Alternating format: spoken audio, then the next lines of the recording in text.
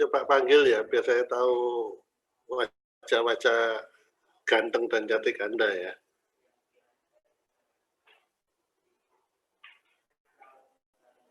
Fakih Mustaqim? Ada nggak Fakih? Fakih? Tidak ada. Zaki Murtado? Zaki? Juga nggak ada. Ivan Sulihan? Ada, Pak. Mana Ivan? Ivan, videonya dinyalakan. Iya, Pak. Nah, ini kelihatan mana yang belum mandi, mana yang sudah mandi ini ya. Muhammad Yahya Ayas? Ada? Muhammad Yahya? Nggak ada. Bima Bakti Mandala? Bima Bakti Mandala? Nggak ada juga. Yusni Anggara? Yusni? Oh, nggak ada juga. Ferry Limanto? Ferry? Oh, rupanya nggak ada. Ismi Royhatul? Hadir, Pak. Ismi ada. Mai Pradenta? Hadir, Pak. Mana Mai? Oke. Nur Adlun Hafiz?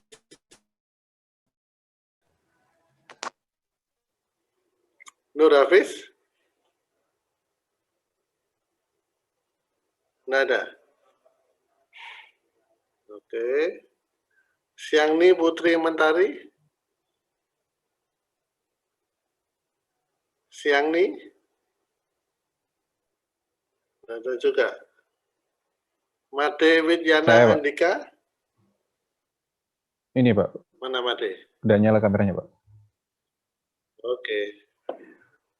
Gabriel Francisco? Hadir, Pak. Mana Gabriel? Oke. Vedanta Agam? Hadir, Pak. Mana Vedanta? Oke. Iya, Pak. Hadir, Pak. Oke. Abraham Glenn? Ralahalu? Abraham Glenn? Ada. Mauli Ayunita?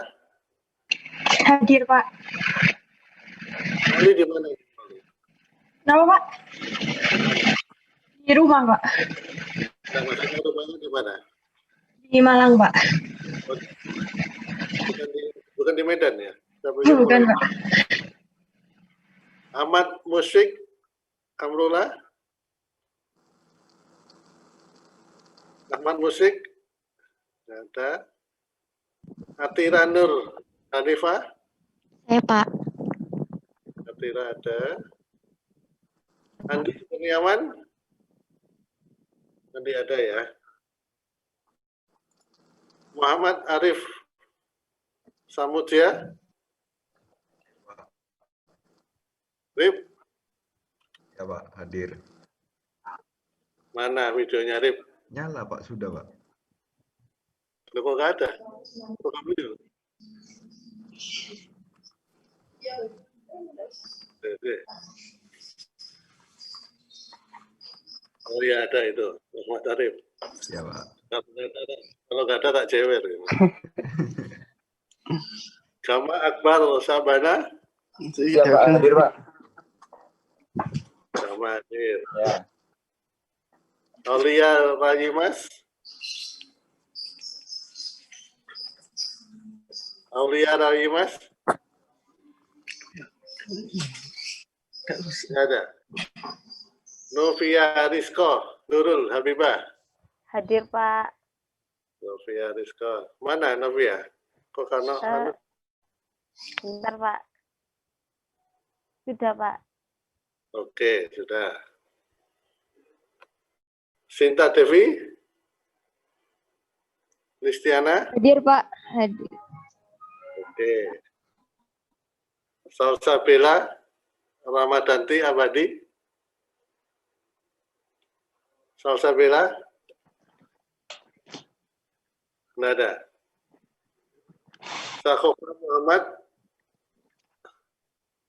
Sakofa Muhammad Sahafista Atajida. Sakofa nggak ada.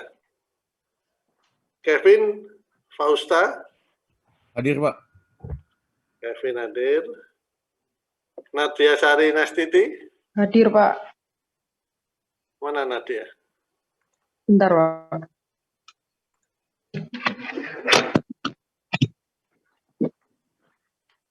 Mana Nat? Ya, bentar, Pak. Masih tidur kayaknya nih, masih rebahan nggak Nat ya?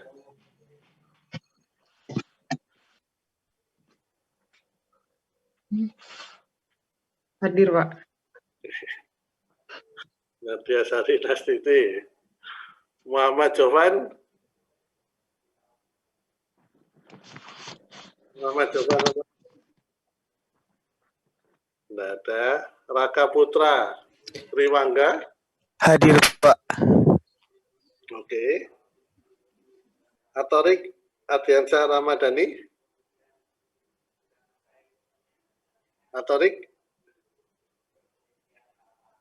Nggak ada. Farisa Rahmawati. Ya, hadir, Pak. Ada. Oke. Ahmad Fatah. Ahmad Fatah. Nggak ada. Ellen Wulan Saraswati. Hadir, Pak. Ellen Wulan Saraswati hadir. Muhammad Arif Setiawan. Hadir, Pak. Oke. Veronica Maulin Astika. Hadir, Pak. Veronica hadir. Ayudian Hartati. Hadir, Pak. Ayudian hadir. Ahmad Ufi Isbar. Hadir, Pak. Hadir. Ahmad. Hadir, Pak. Mana Ahmad? Hadir, Pak. Loh, tadi kamu juga dua. Muhammad Arif Setiawan berapa? Ada? Ada, Pak. Hadir, Pak. Oh, ini videonya. Oh, tadi videonya Ahmad yang muncul. Apa saudara kembar? Iya, Pak. Baik, karena sudah di absen, kita akhiri perkuliahan ini ya. Pak, Bentar. saya speechless, Pak. Saya speechless jadinya, Pak. Maksudnya? Kaget, Pak. Kok langsung diakhiri gitu. Oh, enggak. Kita lanjutkan. Jadi yang kemarin kita pemodelan. Ini kan pemodelan kita harus berpegang pada 3 hukum yang utama. Ya, hukum kekekalan, baik itu kekekalan massa maupun kekekalan energi. Tapi intinya adalah bahwa ketika kita bicara kekekalan,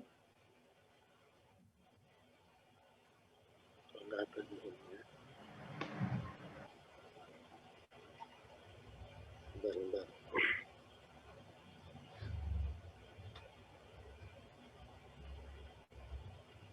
Ya kan? Kelihatan, Pak. Oke. Ya.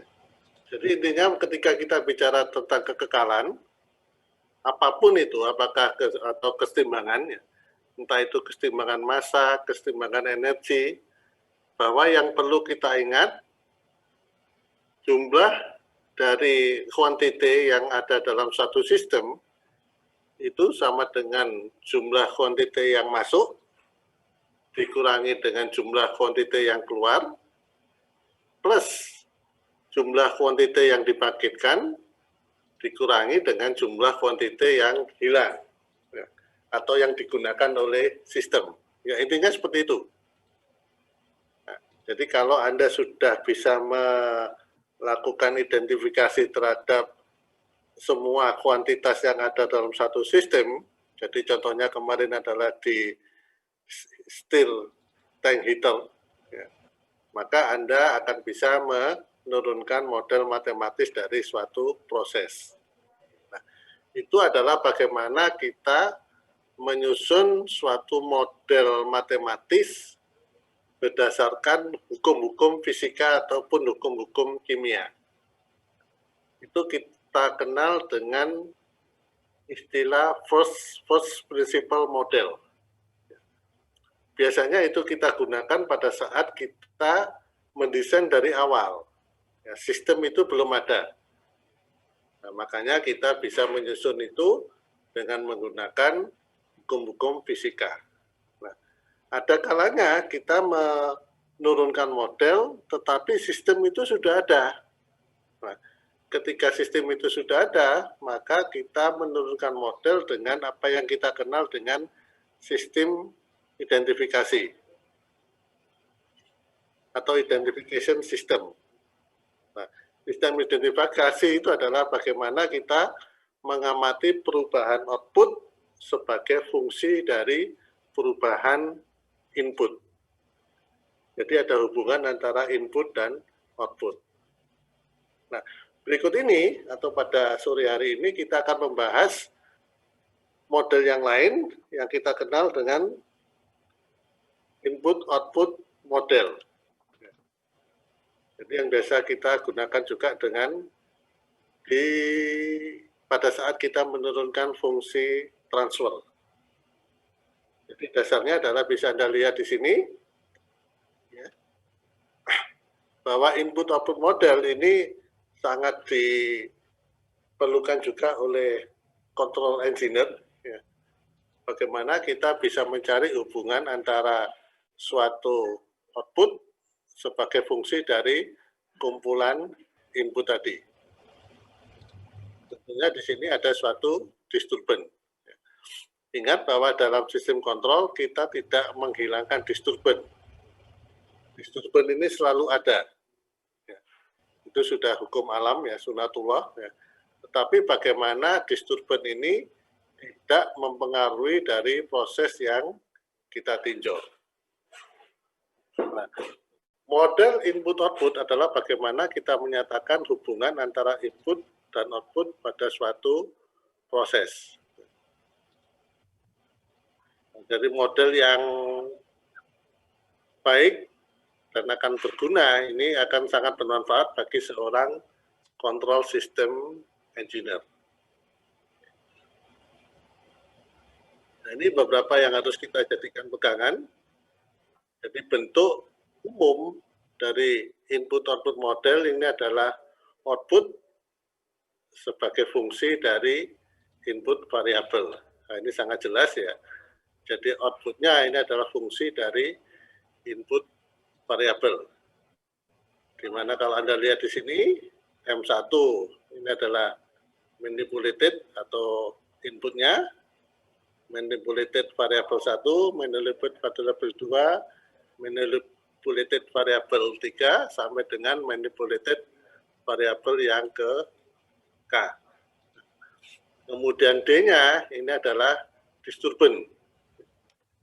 Ada disturbance 1, disturbance 2, dan disturbance terusnya.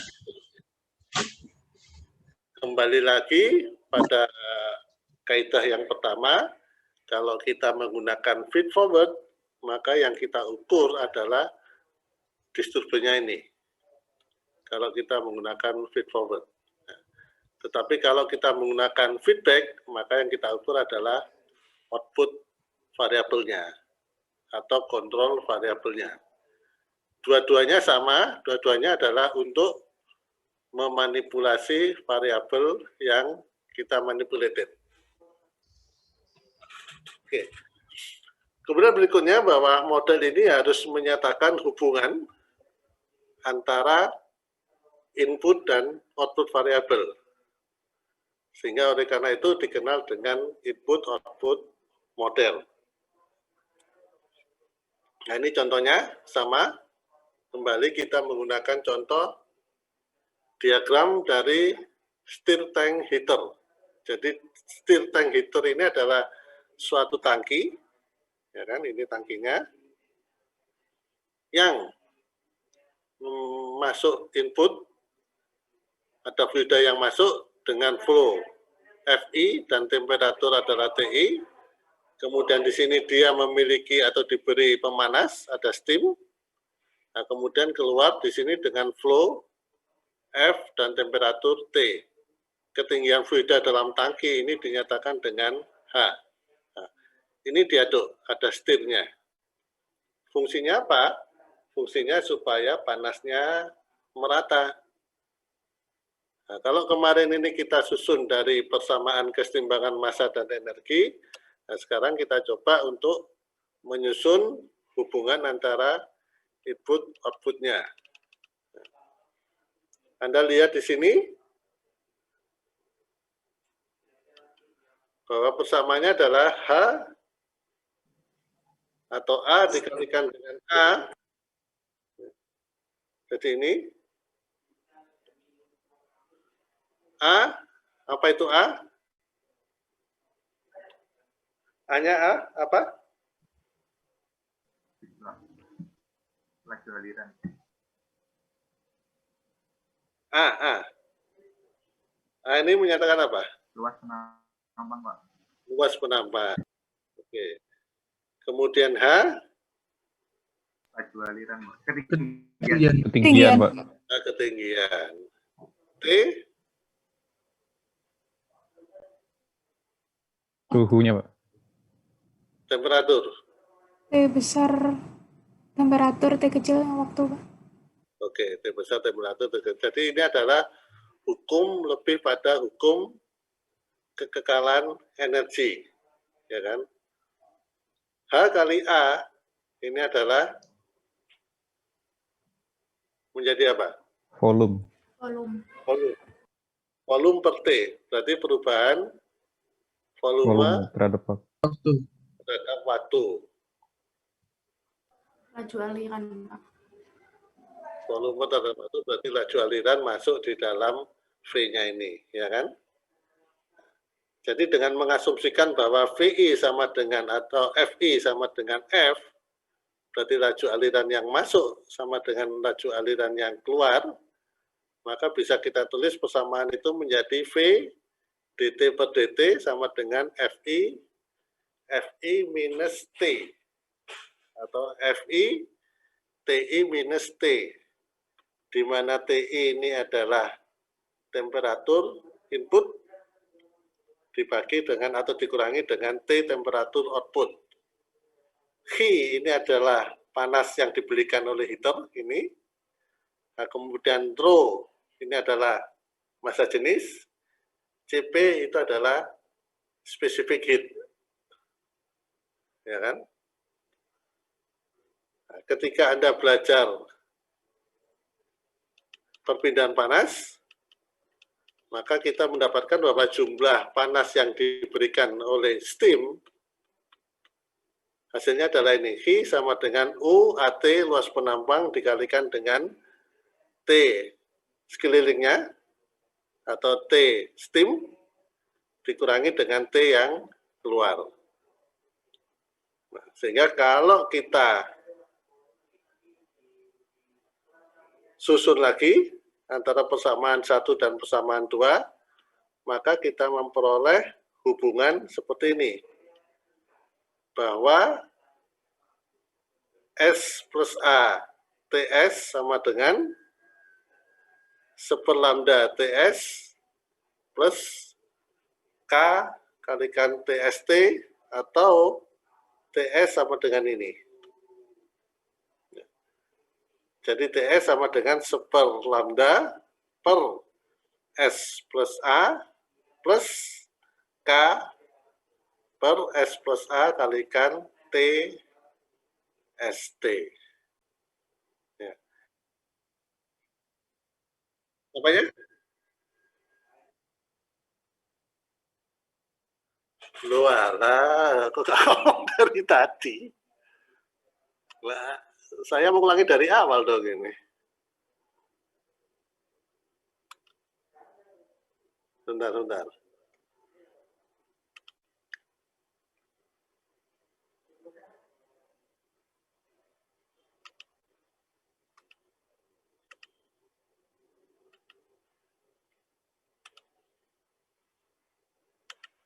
Kok yang lain diam aja, kok Andi yang baru ngomong? Ini kelihatan? Kelihatan, Pak. Kelihatan, Pak. Kelihatan, Pak. Kelihatan, Bapak. Waduh. Ya, intinya ini, bahwa TS, jadi temperatur, jadi kalau kita lihat di sini, temperatur di outputnya,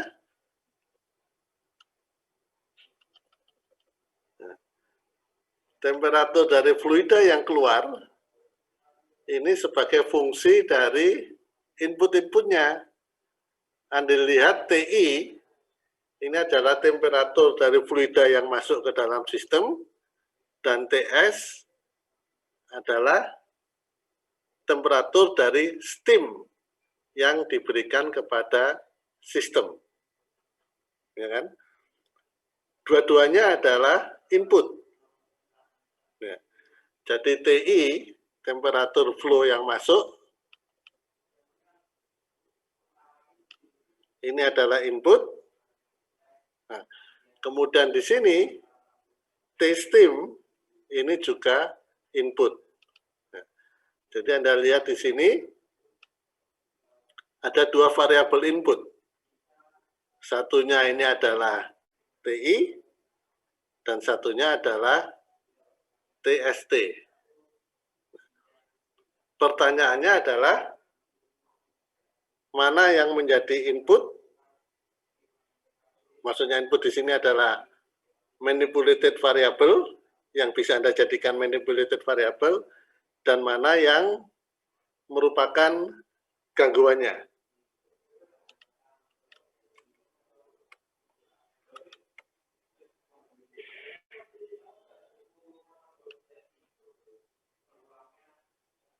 Ada yang bisa menjawab?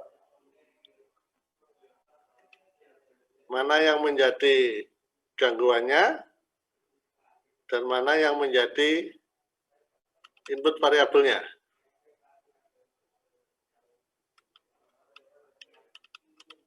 Siapa yang mau menjawab?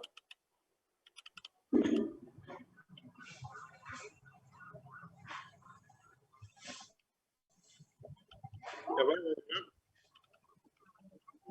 Saya coba, Pak, menjawab, Pak.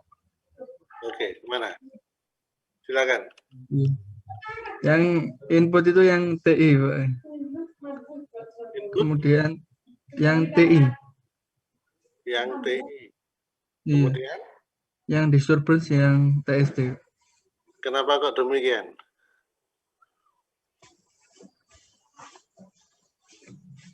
Atau Itu alasannya apa?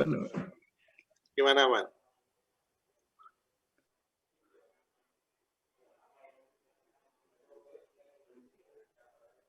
Halo, Aman?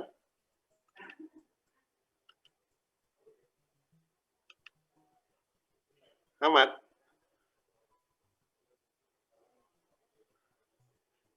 Do you still connect with us? Ahmad? Waduh, hilang Ahmad, Pak. Ahmad menyatakan bahwa inputnya adalah, atau disturbannya tadi ya, disturbannya adalah TI, kemudian manipulated variabelnya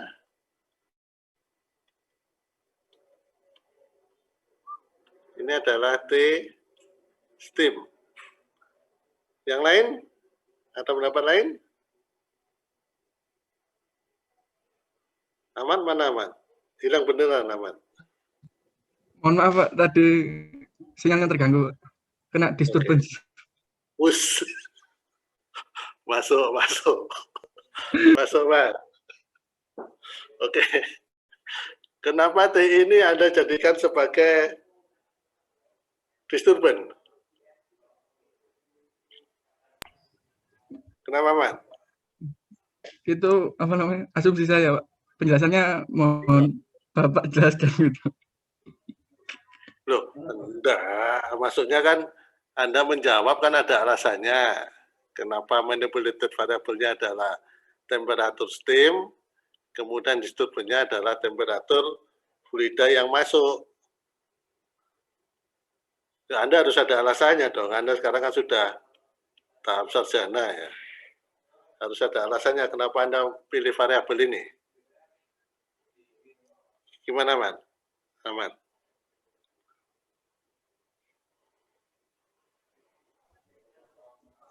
Iya, Pak. Menurut saya yang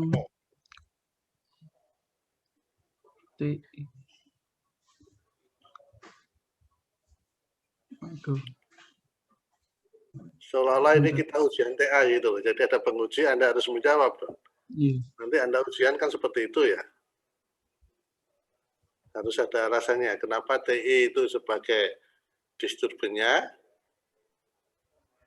dan T steam, temperatur steam, itu sebagai manipulated variabelnya.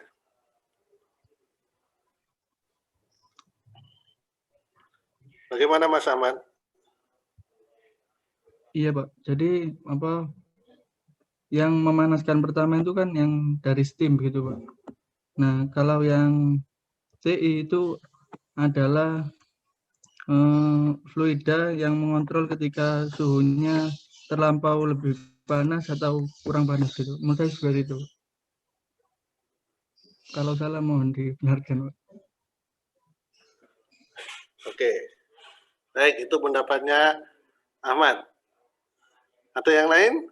Pendapatnya? Saya, Pak. Siapa? Sudah kelihatan. Iya, Pak. Novia, gimana, No? Saya juga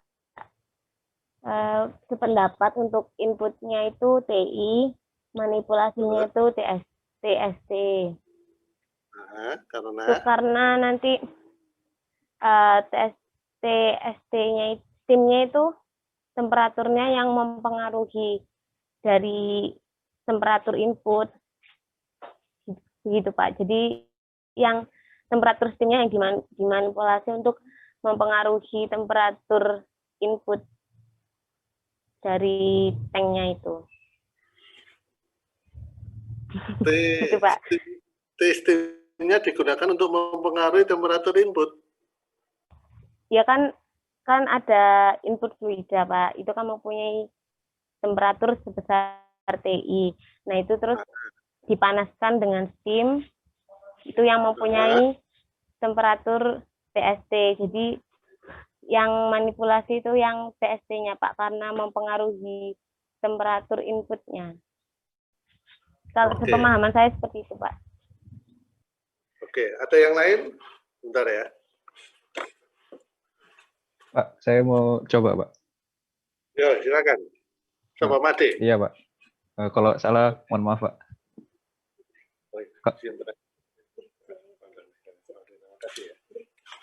Gimana, Made? Oh iya, coba jawab ya, Pak.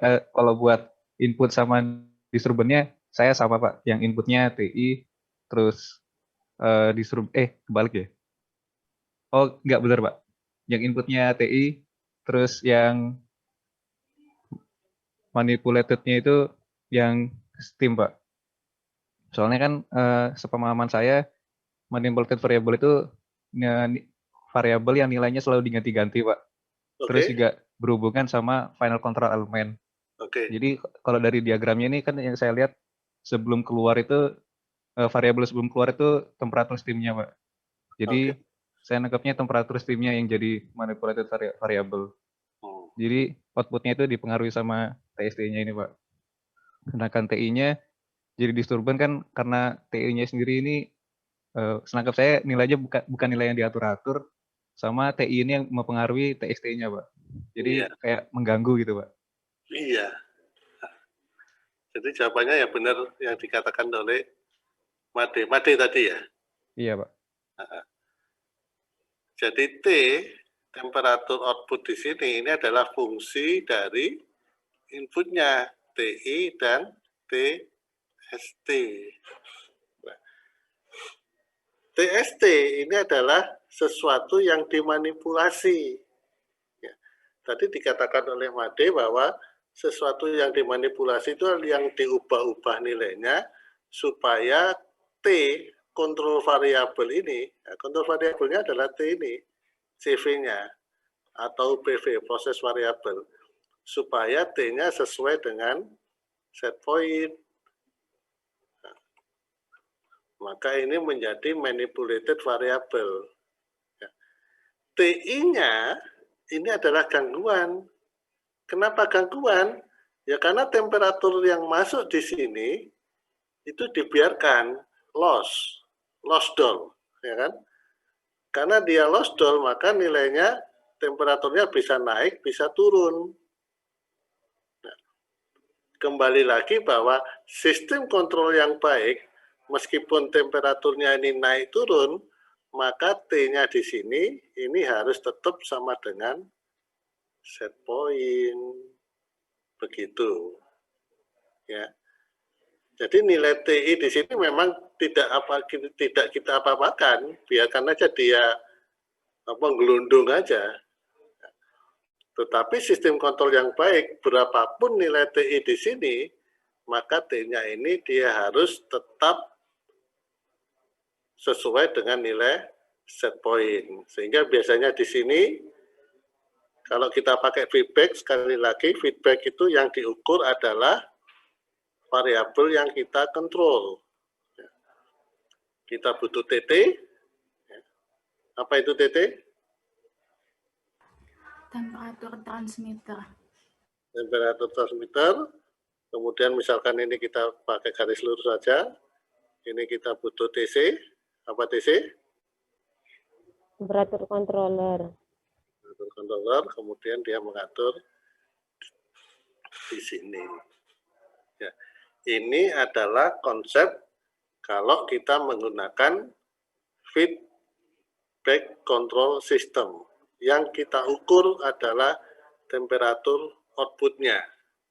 Nah, maka ketika TI-nya ini misalkan menjadi lebih besar, jadi temperaturnya lebih tinggi, otomatis kan temperatur di fluida di sini menjadi apa? Menjadi tinggi atau rendah? Masih tinggi. Kira-kira steam yang masuk lebih banyak atau lebih sedikit supaya ini tetap set point? Banyak. Sedikit, Pak. Ayo, ada yang banyak, ada yang sedikit. Saya ulangi ya. Misalkan gangguannya ujuk-ujuk itu apa ya? Ujuk tiba-tiba, ya kan? Tiba-tiba temperatur TI ini meningkat, ya. Suhunya menjadi lebih tinggi. Maka temperatur dalam fluida ini menjadi apa? Lebih tinggi atau lebih rendah? Rendah. Lebih rendah. Temperatur yang masuk ini lebih tinggi. Temperatur fluida yang masuk lebih tinggi. Maka fluida di dalam tangki ini suhunya lebih tinggi atau lebih rendah? Lebih tinggi.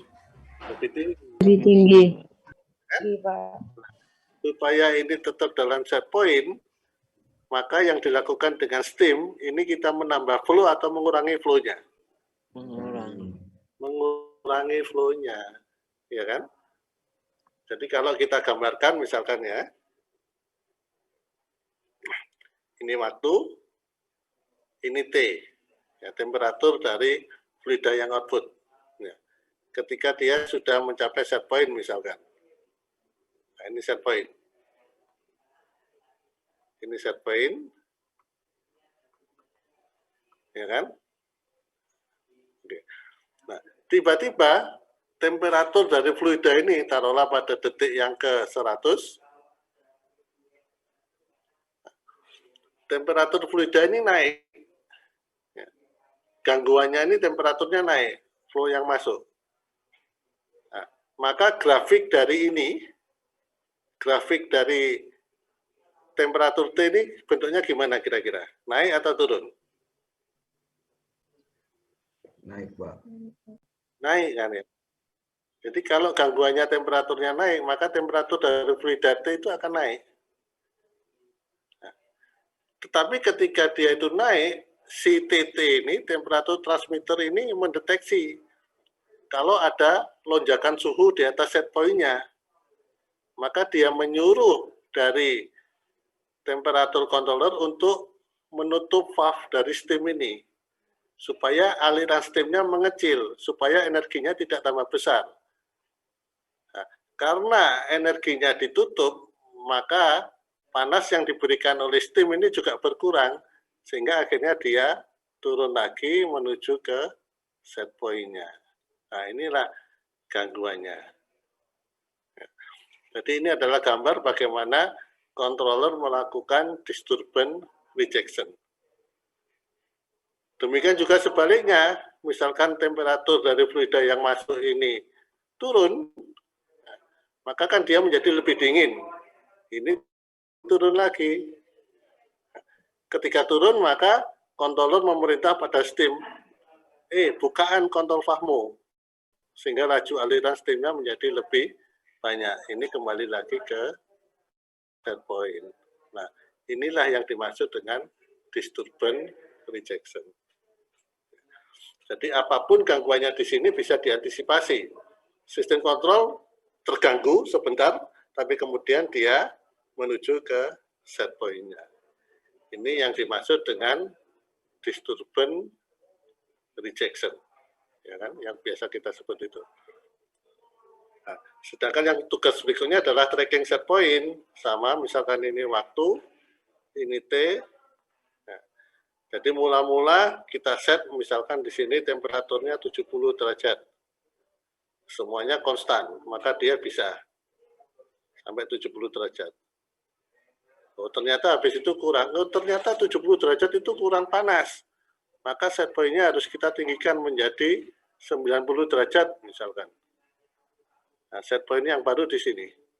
Nah, ketika set point ini kita ganti menjadi 90 derajat, maka controller memerintahkan kepada control valve untuk membuka steamnya. Supaya apa? Supaya laju steamnya menjadi lebih besar, sehingga energi yang diberikan menjadi lebih banyak, dan dia bisa mencapai set point lagi. Nah, ini menjadi tadinya 70, dia naik, terus menuju ke set point yang baru. Demikian juga misalkan turun, ya ini menjadi turun.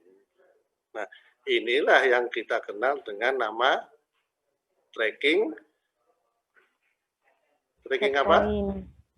Set point. Jadi dengan input-output model, kita bisa menunjukkan hubungan antara TI dan TST, atau dengan kata lain hubungan antara disturbance dan yang menjadi manipulated variable. Ya.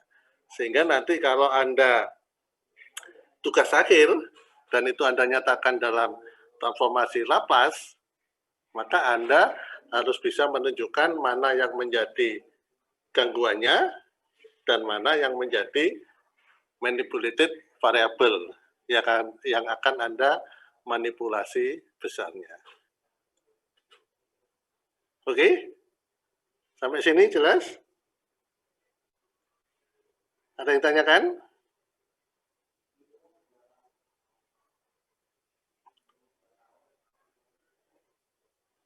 Jelas ya, adik-adik? Jelas, Pak. Jelas. Oke, kalau jelas kita lanjutkan lagi.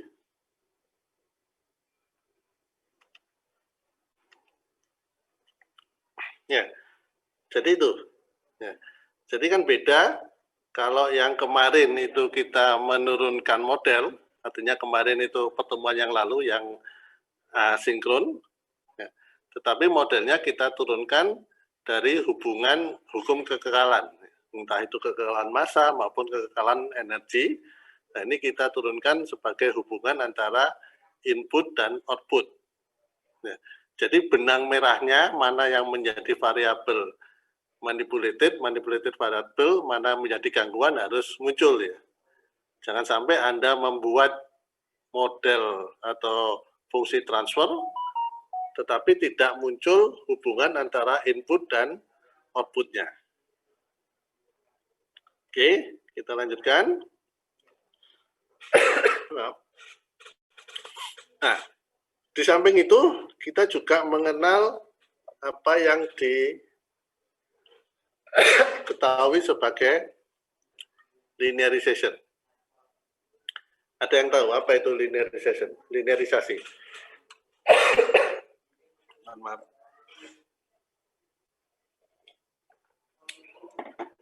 Apa linearisasi?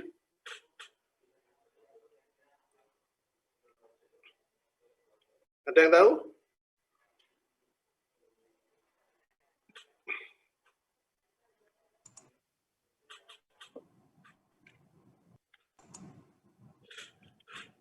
Apa kira-kira? Tujuannya untuk mendapatkan sistem yang linear, Pak, dari sistem yang non linear menjadi linear. Iya. Sip. Nah, jadi linearisasi itu adalah suatu upaya untuk membuat sistem yang non linear menjadi linear. Ya kan? Kenapa? Yang pertama bahwa pada hakikatnya semua sistem yang ada di dunia ini itu umumnya adalah non-linear. Nah, biasanya non-linear ini membutuhkan analisis, membutuhkan juga pemodelan yang lebih complicated dibanding dengan linear.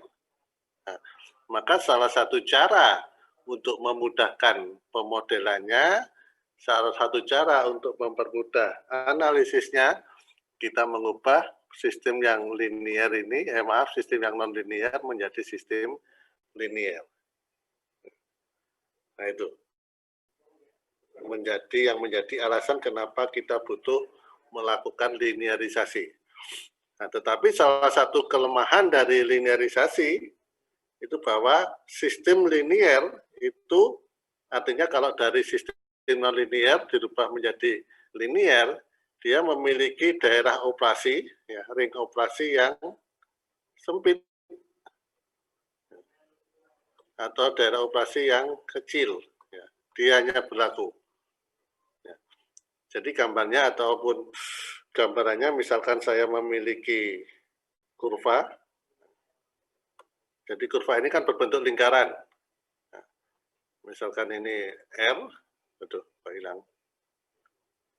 Nah, ini dalam koordinat kartesian. Maka persamaannya gimana? Persamaan lingkaran, Anda masih ingat nggak?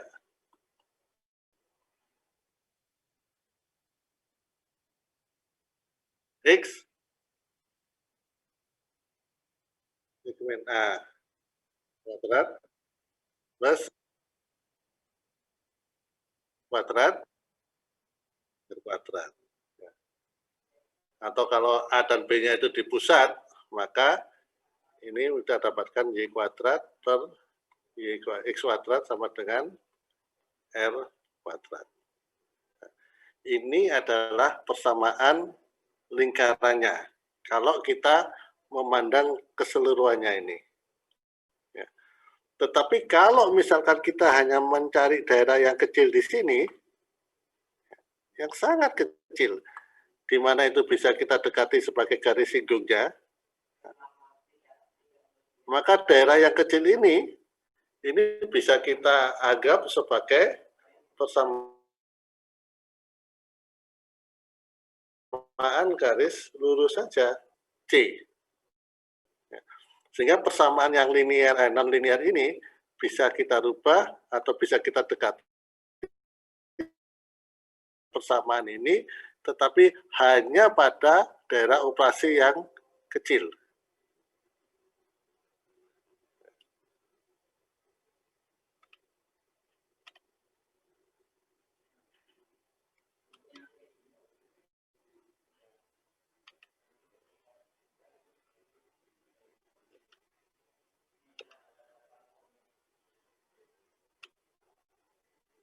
Ya, itu ya.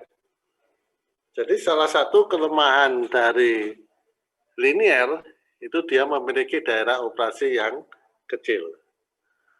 Sehingga pada beberapa orang dia tidak mau adanya linearisasi ini. Tetapi beberapa pandangan yang lain, dia bisa didekati dengan model linear. Selama daerah operasi itu kita jaga dan sistem tidak pernah keluar dari operasi tersebut. Nah, itu silakan. Nah, jadi pendapat orang silakan. Yang bertahan dengan non-linear ya tetap silakan. Yang mengacu dengan linear juga silakan. Bagaimana cara kita melinearisasikan?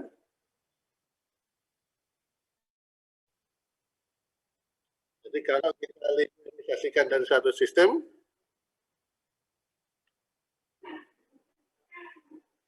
bisa kita gambarkan di sini.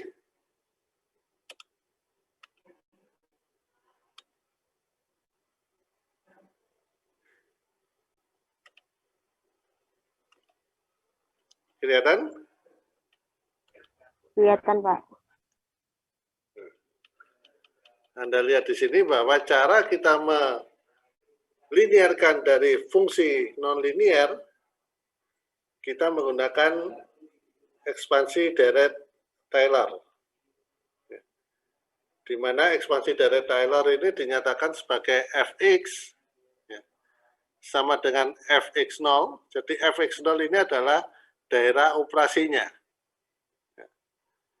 Kemudian plus turunan pertama pada saat nilainya fx-nya sama dengan 0, kemudian diganti dengan x minus x0 per 1 faktorial. Demikian juga seterusnya. Biasanya kita memakai hanya dua suku yang pertama, sehingga suatu fungsi nonlinear bisa kita dekati sebagai fx0 plus turunan pertama minus x0. Sampai sini jelas? Ya, jadi itu adalah bagaimana kita menurunkan fungsi nonlinear menjadi fungsi yang linear untuk satu variabel. Sedangkan untuk variabel atau lebih, prinsipnya sama, tetapi di sini kita memakai turunan parsialnya. Jadi turunan parsialnya adalah ini. Maka yang pertama adalah Anda dapatkan ini. Kemudian turunan pertama Anda masukkan. Turunan kedua Anda masukkan, dan seterusnya. Itu cara kita melinearkan dari suatu fungsi yang non-linear.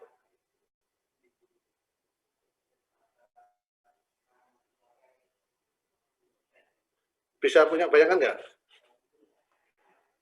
Bisa bayangkan nggak? Permisi Bapak, mohon izin bertanya. Oh, silakan. Jadi begini Bapak, apakah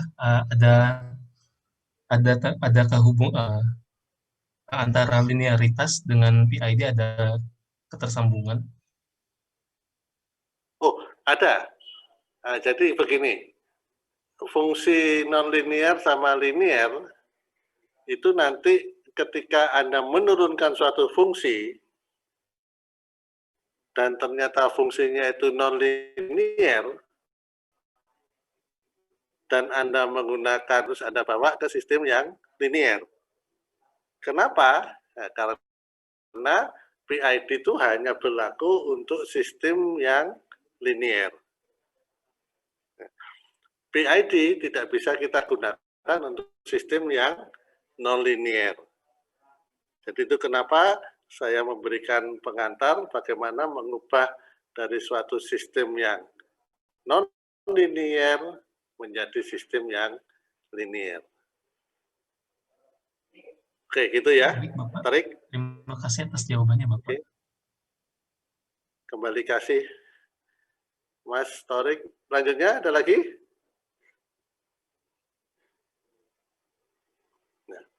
Sehingga kalau misalkan kita memiliki fungsi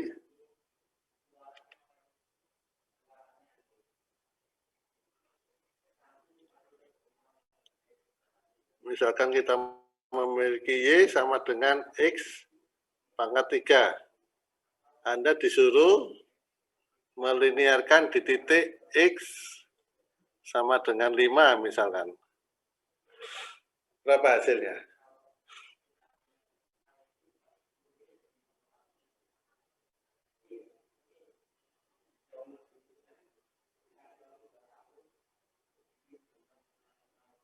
Hasilnya berapa?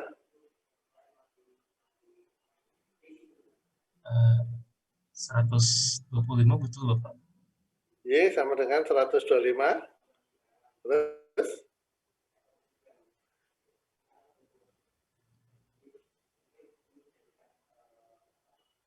Plus? Iya, plus ya? Plus. Plus? dy per dx untuk X sama dengan 5 di titik operasinya dikalikan dengan X min X0. Iya enggak? Gitu kan ya?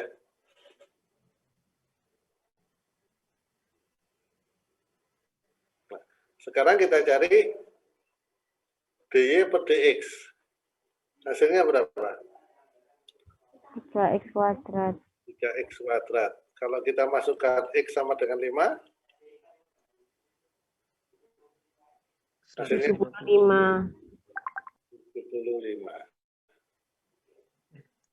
Nah, berarti fungsi ini kalau kita linearkan menjadi Y sama dengan 125 plus 75 X min 5.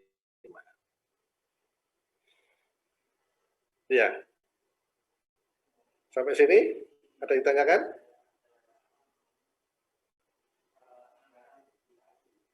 Jelas ya? Nah, tadi kan kita sepakati bahwa linearisasi ini hanya berlaku di sekitar titik operasinya. Nah, sekarang misalkan kita rubah X-nya di sekitar titik 5, berarti misalkan X yang akan kita hitung nilainya sama dengan 5,05 misalkan. Oke, sekarang Anda hitung, ini menggunakan yang non-linear. Berapa hasilnya? Nah, kemudian Anda hitung kalau ini menggunakan yang linear. Berapa hasilnya? 128,79. Ini yang ini? Yang non-linear, Pak. 128,79. 128,79. Nah, sekarang yang ini, yang linear, hasilnya berapa? 128,75. 0,75. Anda lihat hasilnya hampir sama. Ya. Tetapi untuk nilai yang sangat kecil. Nah, sekarang misalkan X-nya kita rubah. Bukan 5,05 tapi 5,2 misalkan. Nah, kalau 52 kita hitung yang non-linear, hasilnya berapa? 140,608, Pak. Berapa, Mbak? 140,608. 608. Ini kalau kita menggunakan yang non-linear. Kalau kita menggunakan linear, 140.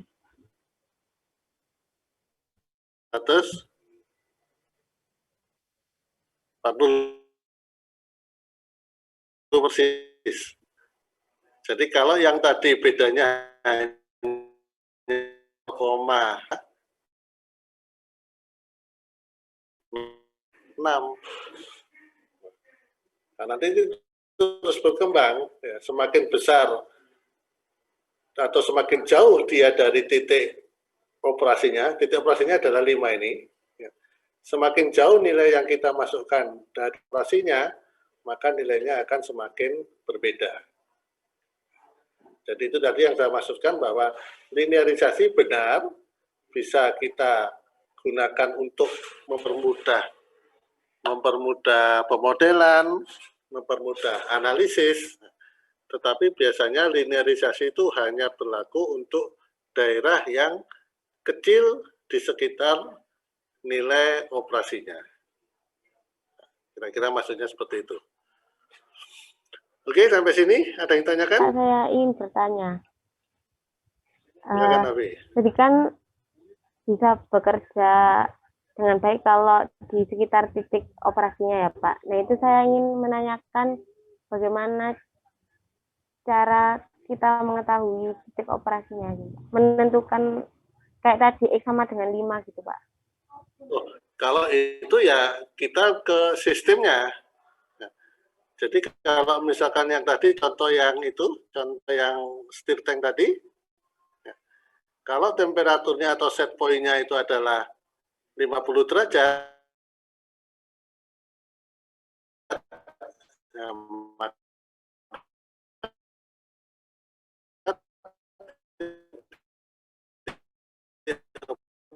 operasinya ya di 50 derajat itu.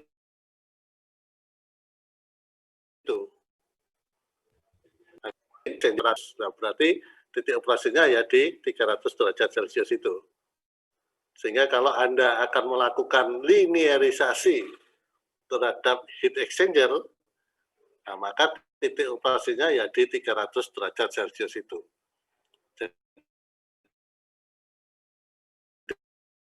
Titik operasinya tergantung dari proses yang kita tinjau. Ya, ada lagi? Oke ya, jadi itu bagaimana cara kita mengubah dari proses atau dari sistem yang non-linear menjadi linear. Kenapa? Ya karena biasanya atau terutamanya yang PID, controller PID, itu hanya bisa diterapkan pada sistem-sistem yang linear. Sehingga seandainya Anda mendapatkan sistem yang non-linear, maka Anda harus membuat penyederhanaan dengan linearisasi dengan menggunakan ekspansi deret Taylor. Oke, kita lanjutkan. Ya, itu.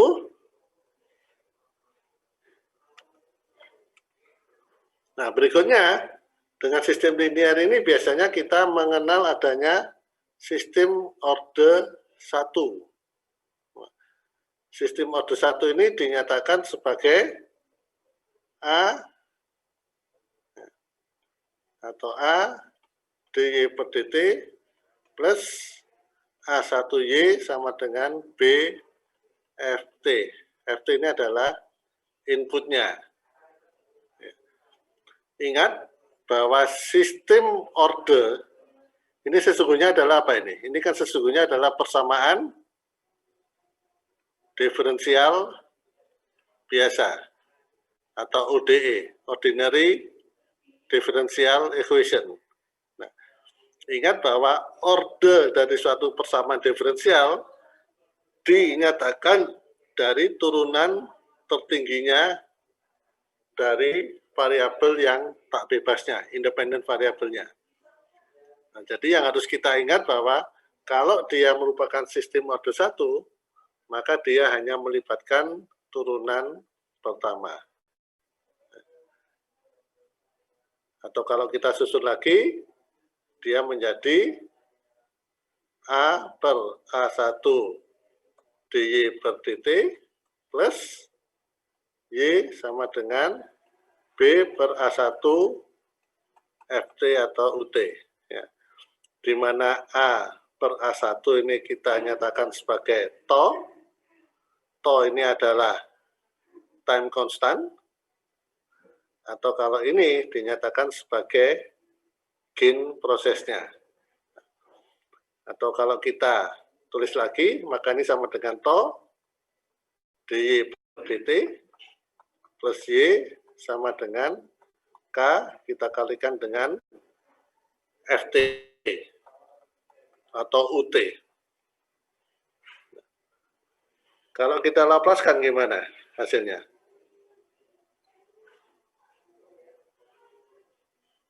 Ada yang tahu? Laplace dari turunan pertama? Apa? S biasa, Pak. Apa? S. Cuma S gitu. S.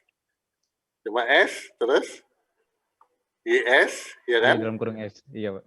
T plus YS. Iya. Yes. Iya, Pak. Sama dengan K, kita kalikan dengan Fs. Atau kalau kita kumpulkan, toh S plus 1, YS sama dengan K kalikan dengan Fs. Sehingga fungsi transfer dari sistem mode 1, apa? Fungsi transfer K per tau S plus 1 itu, Pak. YS, output per input, ya kan? Sama dengan K per tau S plus S, Pak. tau S plus 1, kan? 1, Pak. 1, ya. Inilah sistem orde pertama. Model input dan output. Nah, ini menyatakan time constant. Ya.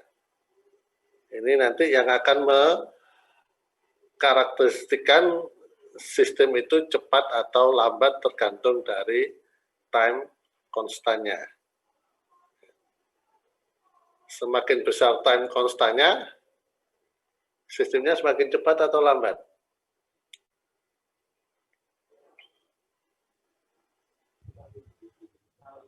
Lambat, Pak. Cepat atau lambat? Kalau time konstannya semakin besar, berarti makin cepat. Makin cepat. Seingat saya gitu. Ya, jadi kalau time constantnya besar, sistemnya semakin cepat. Nah, nanti bisa dilihat lagi. Ya, ini sistem orde 1. Di samping sistem mode 1, nah kenapa sistem mode 1? Nah ini hampir semua proses, ya kan? Hampir semua proses di apa itu? Hampir semua sistem dalam proses atau proses ini bisa dimodelkan dengan menggunakan sistem yang namanya FOPDT. FOPDT ini adalah first order, jadi dinyatakan dengan sistem mode 1 tadi, plus dead time. Dead time ini adalah waktu tunda, jadi E minus T, atau E plus ST. Jadi ada waktu tundanya ini. Nah, jadi hampir semua sistem di proses itu bisa kita modelkan dengan FOPDT. Anda nanti lihat sekali apa itu FOPDT. Ini singkatan dari first order system plus dead time. Nah, waktu tundanya. Ini yang Anda bisa cari nanti. Nah, tentunya ini adalah pemodelan yang sangat-sangat sederhana, tetapi masih bisa atau masih sering digunakan oleh semua orang, terutama untuk melakukan pendekatan terhadap proses-proses chemical. Anda lihat di sini, padahal tadi kan disebutkan bahwa semuanya itu non-linear, tetapi bisa didapati dengan sistem yang linear. Nah, otomatis ini ring operasinya juga harus kecil. Ring operasinya kecil. Nah, di samping sistem mode pertama, kita juga memiliki sistem mode kedua. Sama seperti tadi, kalau sistem mode pertama itu hanya melibatkan turunan pertama, maka second order system ini melibatkan turunan kedua. Anda lihat di sini turun. Ingat ya, ini bukan merupakan pangkat. Karena dia bukan merupakan pangkat, maka ini tidak menunjukkan sebagai sistem yang non-linear. Ya, bukan. Ya. Jadi kehadiran angka 2 di sini, ini menunjukkan bahwa dia adalah turunan kedua. Ya. Beda kalau misalkan saya menulisnya, nah kalau ini pangkat, nah ini menjadi sistem yang non-linear. Oke ya. Nah, di sistem ada 2 ini kita memiliki faktor redaman besi. Atau saya dulu kalau kuliah menyatakan cacing. Nah, ini menunjukkan karakteristik dari sistem ditunjukkan dengan besarnya faktor redaman ini. Jadi kalau dengan faktor redaman itu, maka kita bisa mendapatkan karakteristik sistem ada 2 itu bisa overdam, bisa juga critical dam, bisa juga underdam. Kan? Jadi ini adalah sangat teredam, ini teredam kritis, ini teredam. Nah, kapan dia overdam, kapan dia critical, kapan dia underdam, itu silakan Anda pelajari. Ya.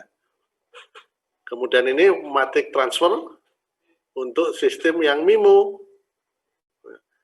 MIMO adalah singkatan dari multi input, multi output. Multi output. Nah, ini kalau kita berhubungan dengan proses yang terdiri inputnya lebih dari 1 dan outputnya lebih dari 1. Biasanya proses selalu digambarkan dengan ini. Nah, kalau ini kita turunkan, maka kita memiliki model matematis yang menghubungkan masing-masing output ini. Nah, sehingga kalau ini kita kumpulkan, maka kita memiliki transfer function matrixnya. Jadi contohnya ini bisa Anda baca nanti. Ini adalah contoh dari sistem MIMO. Ini adalah quadruple tank. Ini kemarin banyak digunakan untuk TA, kakak-kakak kelas Anda yang kemarin wisuda. Ya, jadi kira-kira itu tentang sistem dengan menggunakan input-output proses. Ada pertanyaan?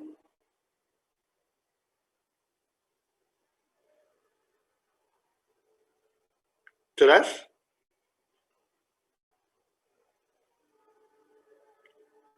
Halo? Halo Pak, jelas. Jelas, Pak. Dijawab dong saya kalau tanya. Nanti jangan-jangan saya ngomong Anda tidur semua. Ya. Jelas ya? Jelas, Pak. Di e-learning, ya di e-learning, e-learningnya ada nggak ya?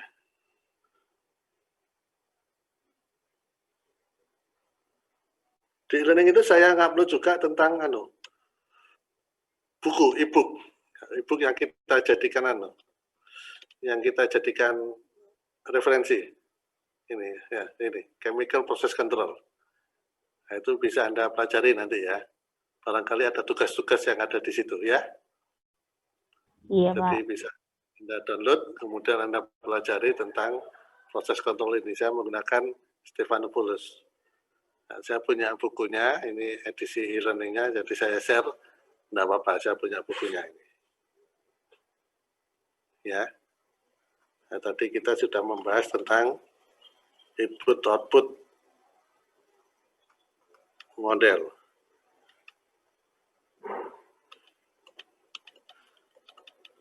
Ya, nggak semua kita bahas, tapi paling nggak ini bisa menjadi pegangan Anda untuk belajar tentang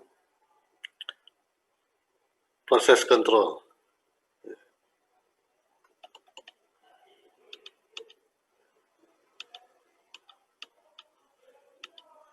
Mana tadi input output? Oh inilah input output model. Oke. Ada pertanyaan? Jelas ya? Jadi kalau minggu kemarin bagaimana kita menurunkan model proses dengan menggunakan hukum-hukum kimia, hukum-hukum fisika. Nah, sekarang kita menggunakan hubungan antara input dan output. Ya, sekali lagi, harus ada benang merah yang jelas antara kaitan antara input dengan atau output dengan inputnya. Ya. Jangan sampai nanti Anda tugas akhir menurunkan suatu model, tetapi ada hubungan yang eksplisit antara output dengan inputnya. Baik, kalau nggak ada pertanyaan, saya akhiri ya. Ada pertanyaan nggak? Nggak ada Pak kayaknya. Cukup, Pak. Ada ya? Sudah jelas, Pak. Kalau nggak ada, kita akhiri dulu. Terima kasih atas perhatiannya. Dan tetap jaga kesehatannya. Jangan keluar rumah kalau tidak penting-penting banget. Oke, baik. Terima kasih. Assalamualaikum warahmatullahi wabarakatuh. Waalaikumsalam. Terima kasih, Pak. Terima kasih, Pak. Pak.